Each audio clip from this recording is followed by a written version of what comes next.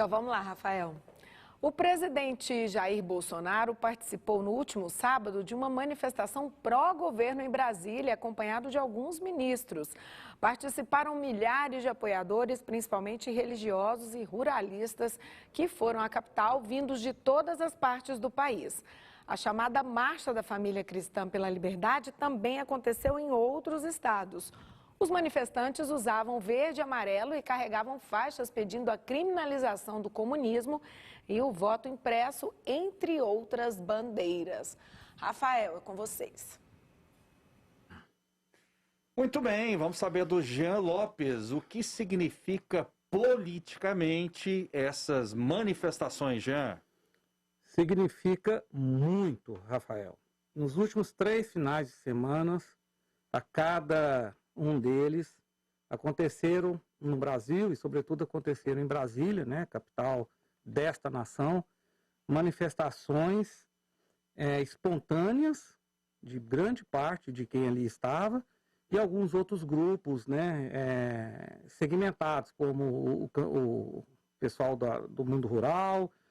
E eu não chamo pessoas cristãs como nenhum segmento, né? A maioria do brasileiro é cristã, a maioria é cristã, portanto, qualquer manifestação que aconteça, principalmente no campo mais conservador, mais à direita, é formado pelo cidadão brasileiro, que em sua maioria, repito, é cristã.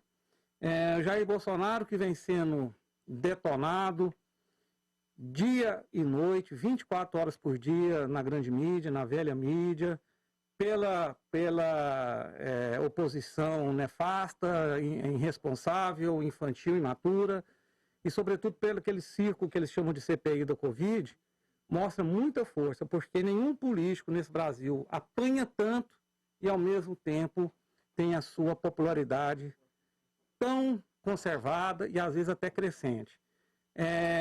Eu não me lembro de um político no Brasil, veja bem, um político, não estou falando de um movimento por pautas, um político recebeu um apoio espontâneo como Jair Bolsonaro tem recebido nesses últimos tempos. É claro que podem lembrar de manifestações pró-Lula, mas aí você pegava o pessoal da CUT, os sindicatos, ou seja, era aquele pessoal que eles chamam de mortandela, que eram levados lá para fazer manifestação sem nem mesmo estarem sabendo por que manifestavam. Sábado não, foi uma manifestação com pauta, né, uma manifestação inclusive contra os desmandos que vem acontecendo no Brasil por parte de alguns segmentos, como o próprio STF, como o Congresso Nacional e outros mais, Rafael. Promotor de Justiça Fernando Krebs, Jair Bolsonaro politicamente sai fortalecido dessas manifestações? As manifestações se deram em Brasília, basicamente, né? São sucessivas manifestações em apoio ao presidente da República. O que eu fico pensando é no telespectador, no ouvinte, o que ele está achando do preço do etanol, da gasolina, da carne, do gás, da inflação no supermercado. E o que o presidente da República está fazendo para resolver esses problemas do povo. Porque lá quem estava se manifestando é o pessoal do agronegócio, que nunca ganhou tanto dinheiro na vida quanto atualmente. O preço da soja, do milho disparou, assim como o preço da arroba. Está R$300 a arroba, Rafael. Um boi de 20 arrobas, ele custa R$6.000. Para mim que não tenho terra nem debaixo, não é? Essa situação para mim não é boa, assim como não é para o telespectador. Porque quando sobem muito essas commodities, os grãos e a carne, isso atinge o bolso do cidadão, da população que não tem fazenda, que não planta soja.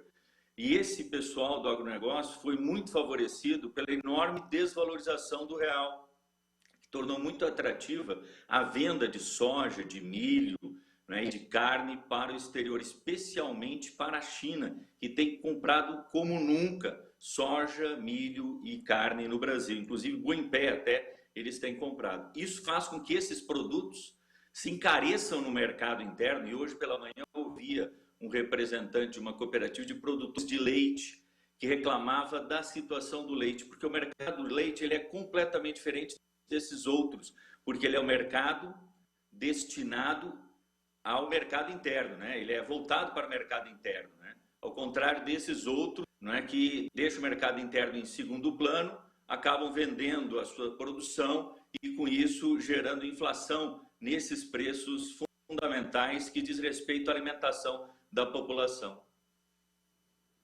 Rafael, a fala do Krebs me deixou feliz demais da conta, ué. Eu não sabia que o Brasil tinha tanto fazendeiro, não. Tinha tanta gente com poder. Era isso. Ali em Brasília, no estado, tinha dezenas de milhares de pessoas. Eu não sei o número exato, mas era muita gente, inclusive centenas ou talvez até milhares de caminhões, né, de trabalhadores, porque um caminhoneiro é um dos trabalhadores que mais ralam, que mais sofrem no Brasil, trabalhando nas estradas aí, correndo risco de vida, 24 horas por dia, e ali eu vi as imagens, haviam centenas de caminhões, talvez até milhares. Não era fazendeiro. Claro, tinha pessoas ali do agronegócio sim, não estou tirando que não tinha, mas a maioria não era. A maioria era povo comum, povo vestido com a camisa verde e amarela, crianças, senhoras, senhores, pessoas querendo que o Brasil volte a caminhar de uma forma diferente do que de um ano para cá, ou talvez até um pouco mais, passou a caminhar porque as pessoas interessadas em voltarem ao poder estão usando a pandemia para destruir esse país. Os preços altos que o promotor Fernando Krebs cita são reais. Tudo, ele está certo. Carne cara, arroz caro e tudo mais. O combustível muito caro, mas isso acontece por dois motivos. Acontece porque o governo atual pegou uma herança maldita dos governos passados que quebraram a economia deste país, né? Eu vou lembrar, já falei aqui várias vezes, vou repetir quantas necessárias. O governo atual herdou a maior recessão da história do Brasil, que foi deixada pelo governo Dilma Rousseff. Ah, mas era o Temer. O Temer fazia parte do governo Dilma Rousseff. Só que essa quebradeira econômica começou no segundo governo do presidente Lula, do ex-presidente Lula, né? E foi cada vez piorando, gerando milhões de desempregados no Brasil, para ser mais exato, 13 milhões e 500 mil em 2018, era o número de desempregados que esse Brasil tinha. Ou seja, essa economia ruim que está acontecendo é decorrente disso, e decorrente também do que fizeram uso político da pandemia, fechando o Brasil, fechando o comércio, fechando a indústria, fechando produção, e as consequências viriam. Ou alguém pode, em sua santa ingenuidade, imaginar que você fecha um país durante 7 meses, como aconteceu em 2020, e a economia não vai sofrer abalo. E que, por incrível que pareça, apesar de tudo isso que eu acabei de citar, o Brasil gerou milhares de empregos formais, né? A economia, apesar dos preços altos, ela está mantendo uma certa estabilidade no Brasil. Nós não estamos passando fome, como na Argentina, por exemplo, e outros países.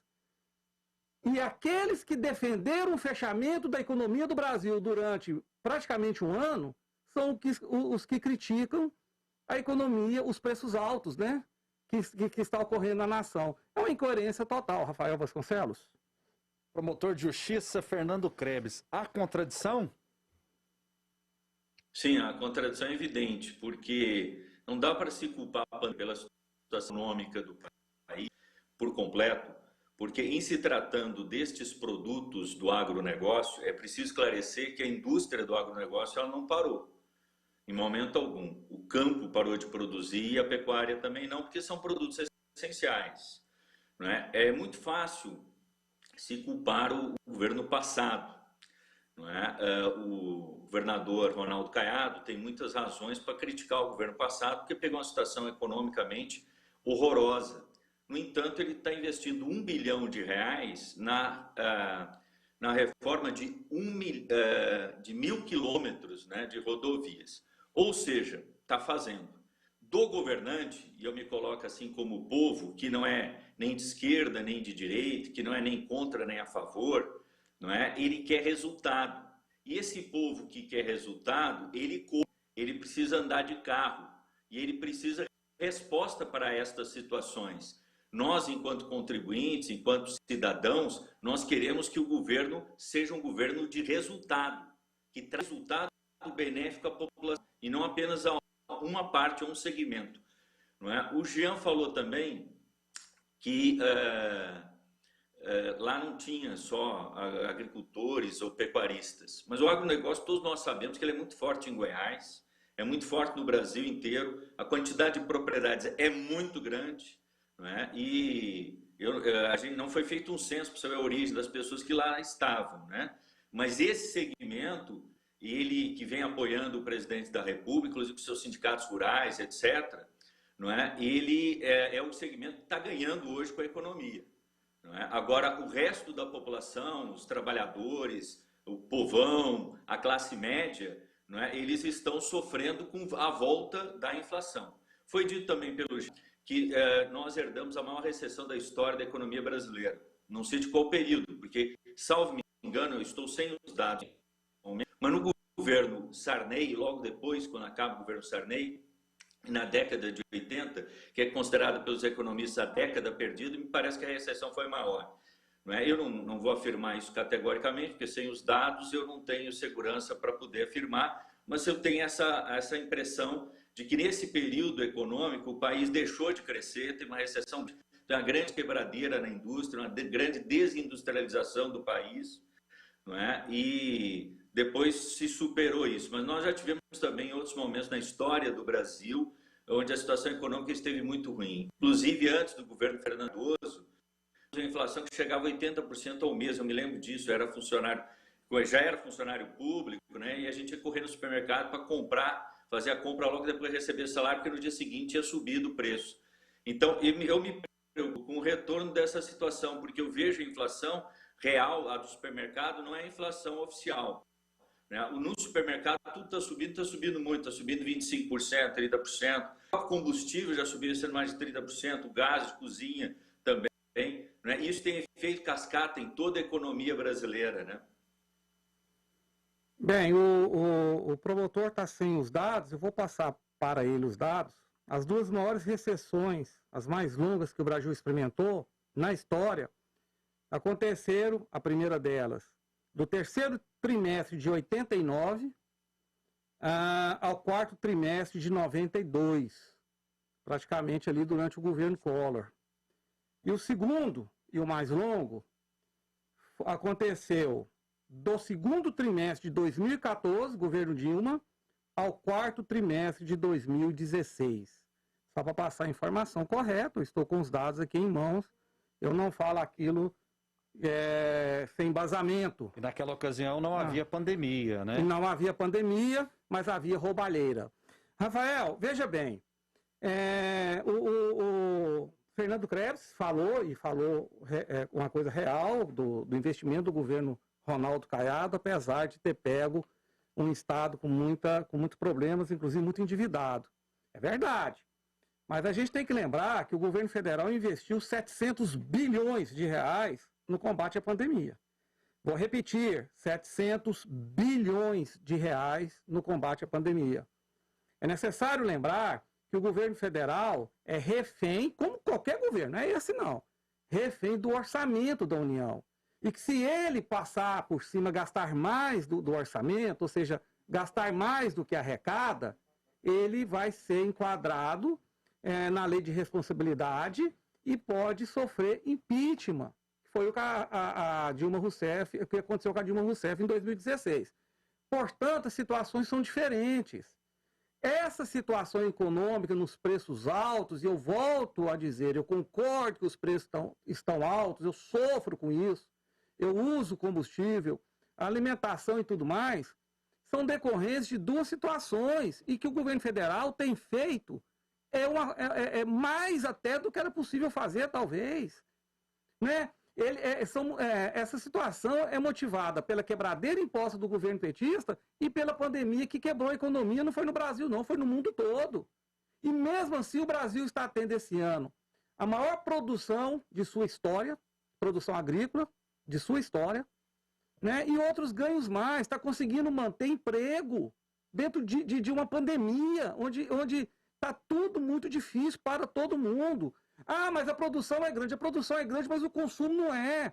O consumo não é porque o povo não tem dinheiro para gastar. Quem comia carne de vaca não está comendo mais, muitos, né? Não estou dizendo todos, está consumindo uma carne mais barata, que é de frango e de porco, ou nem está consumindo. Quem andava de carro parou de andar, porque não está tendo dinheiro para usar no combustível. E os combustíveis também são indexados ao dólar. Se o dólar sobe, o combustível sobe automaticamente. Então a gente tem que passar o porquê das coisas de uma forma mais clara e não usar politicamente uma situação que está afetando todos os brasileiros. Todos. 3201-7720, participação do público, que é tão importante. A Silvana diz o seguinte: boa tarde, Rafael.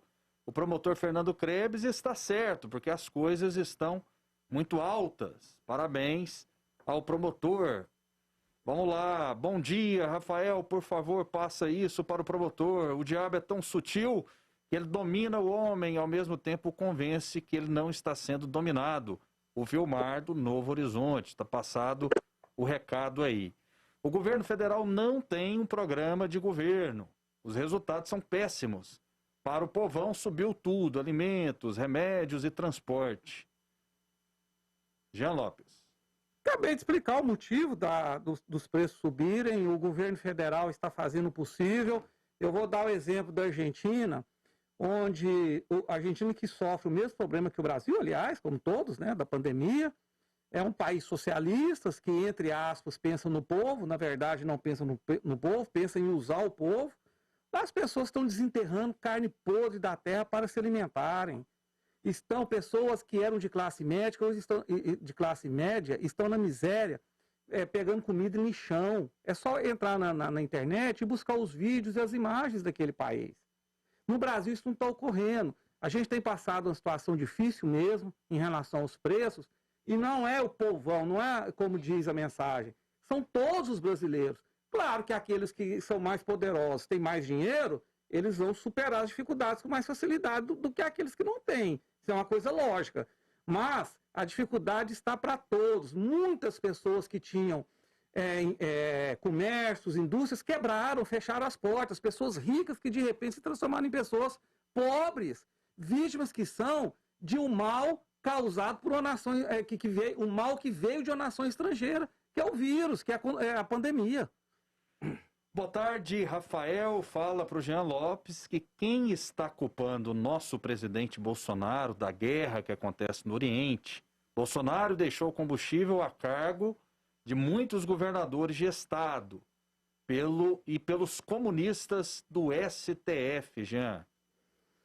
É verdade, o STF não tem ajudado, o STF, pelo contrário, tem prejudicado muito a política nacional por interesses próprios, às vezes por serem parças, né, como diz na gíria, parceiros de políticos corruptos. E a gente vê isso quando uma CPI, que está lá para investigar também governadores e prefeitos, até o momento não investigou nenhum governador, não investigou nenhum prefeito.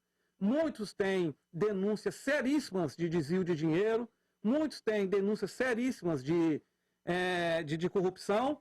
E aí veio aquela senadora Simone Tabet, do MDB, dizer que mesmo que governadores e prefeitos desviem dinheiro, a CPI não deve investigá-los. É o Brasil, gente. 3201-7720, daqui a pouco a gente registra mais participações. Vamos agora para o próximo tema.